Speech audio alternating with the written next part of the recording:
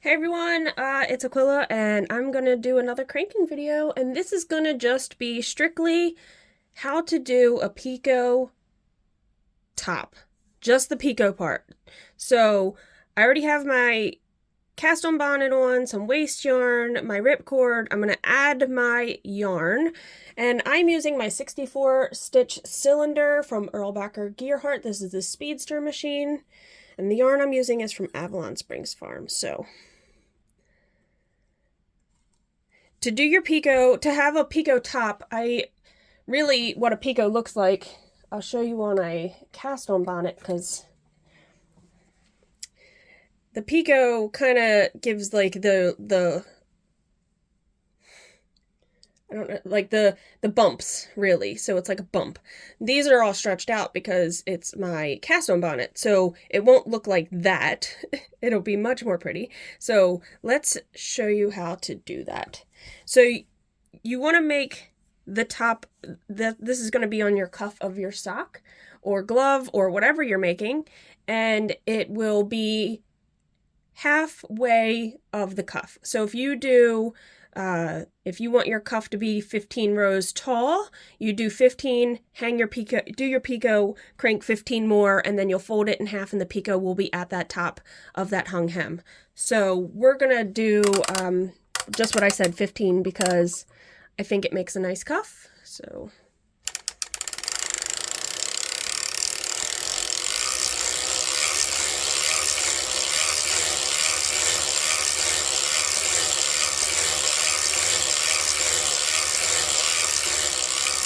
I have you guys kind of sitting at a different angle this time. I'm trying different camera views because I don't know what works well. So this is my 6 o'clock, the front of my cylinder, 3 o'clock, 12 o'clock, 9 o'clock. I always stop at the front, and I always start doing most of the manipulation on this side of my machine at 3 o'clock. So really all you're doing is making a kind of like a yarn over if you were in hand knitting.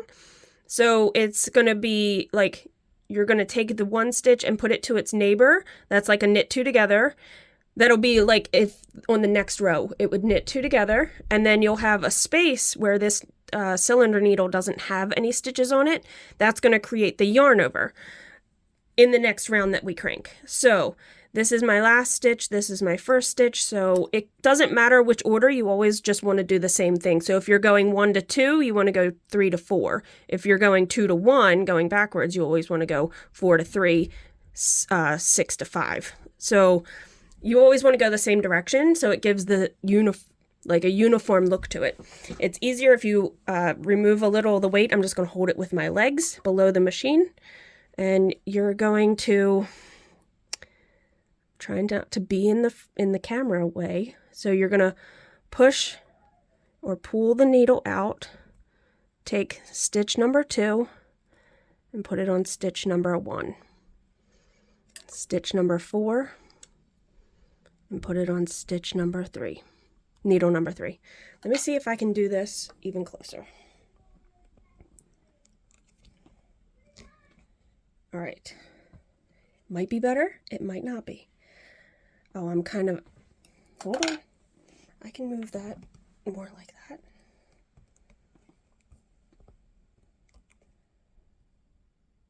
It's a little better. All right, so we're gonna take 6 to 5. So, oh, as I bump the camera. Stitch. We took this one to this one, we're taking this one.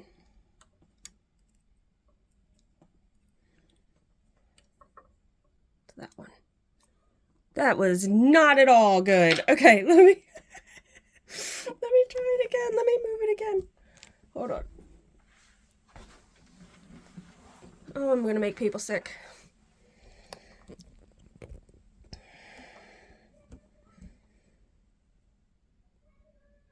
Nope. It wants to sag. All right. Kind of in view. Not in view. Oh my gosh, this is not good.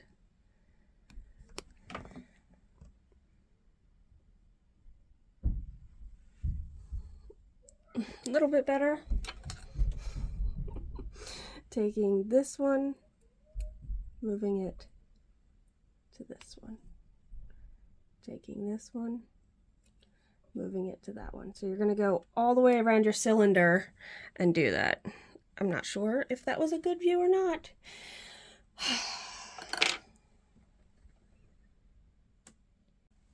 All right, wait for it to stop shaking. Maybe this will be a little better. Taking this one, moving it to this one.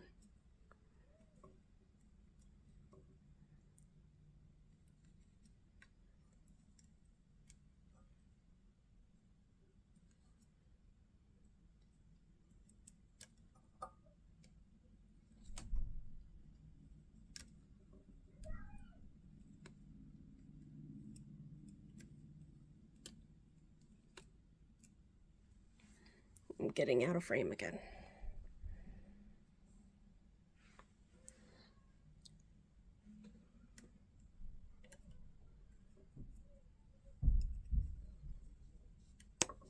And I dropped a stitch.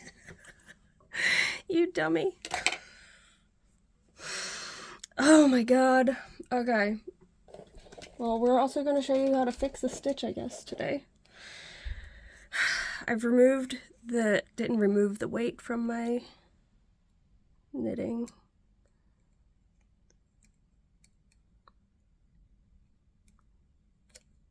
Okay. So, this tool, the latch goes over the next ladder, and you have to keep making sure the stitch that you're on goes above your latch.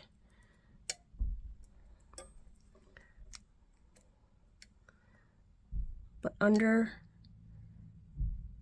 you want to not catch the ladder. The next ladder goes like that.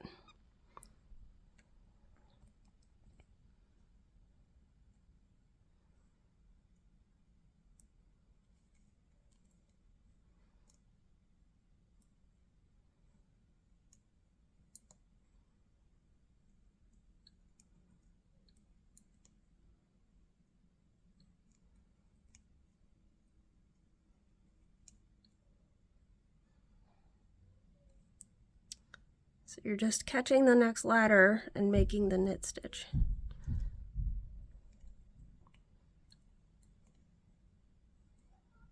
And it might look a little funky, but it'll come out in blocking or washing your sock.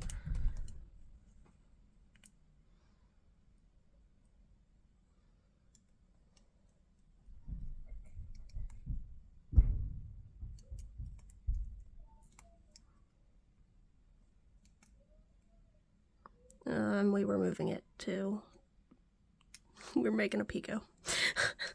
Goodness gracious. All right. Switch ends of my tool here. So hopefully I don't drop it again.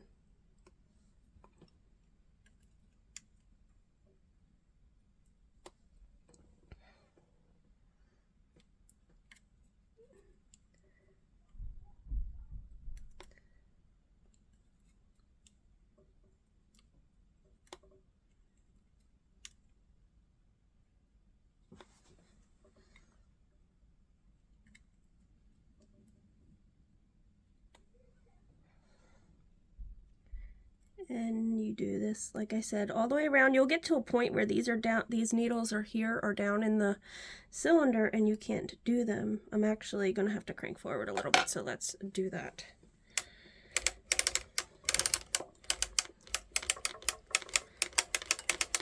Okay, so you can see it knit the two that were on the stitch together. These were two on one. It made, so it's a knit two together, making one stitch, and now it's making a yarn over.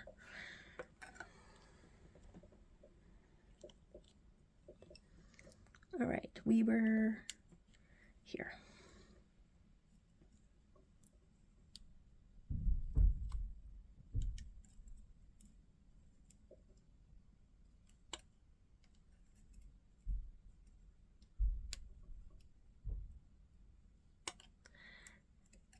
This is just a really pretty decorative hem, and I'll show you what it looks like at the end after I crank this sock. I'm not going to crank this whole sock on video. Alright, let's move the camera again so you guys can see what I'm doing.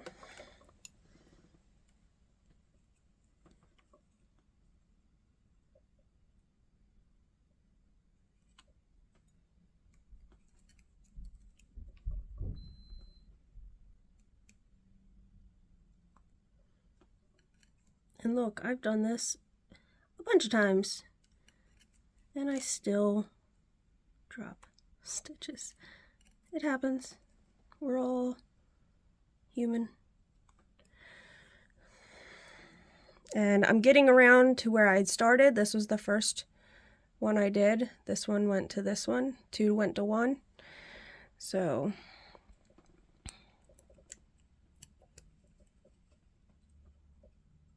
and then this will be the last one I do, which is in a weird position. And I dropped it again.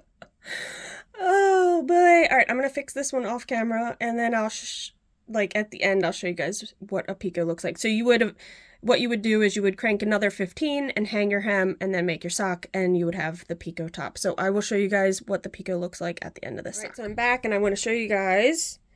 There is your picot. So I did drop that stitch. This just has to be woven. When I hung the hem, that's the one end.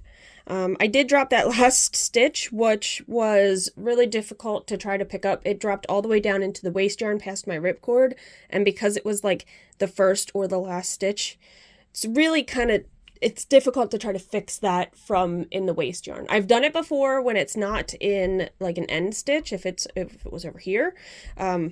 So I just want to be clear that I did take it out because honestly it was easier to just redo this little bit of knitting I did on the machine, which took 5-10 minutes, versus struggling for 10-15 minutes trying to fix that drop stitch. So sometimes it is easier just to rip it out, right, and restart, because the ease of your knitting machine, right, is this thing's amazing, and you can restart and be back where you were pretty easily in most cases. If you can fix it, I suggest fixing it, because why not, right? And or attempting to fix it, and if you fail, then at least you tried, because there's the practice that comes with that. So yeah, so this is the picot hung hem I wanted to show you. Now you wouldn't have to do every other stitch. You could do every 4th stitch. You could do whatever you felt like doing to make it your own decorative top. I did finish this sock. I don't have the toe closed, but here's the leg, the heel, a foot, and I gotta close up the toe. But all right, thanks guys for watching. I know I've talked about showing things that happen on the machine that and fixing problems and whatnot, and I'm gonna decide to keep that in because, well, you guys have already seen. I'm gonna decide to try to keep some of those things in so you guys can actually see me fixing it.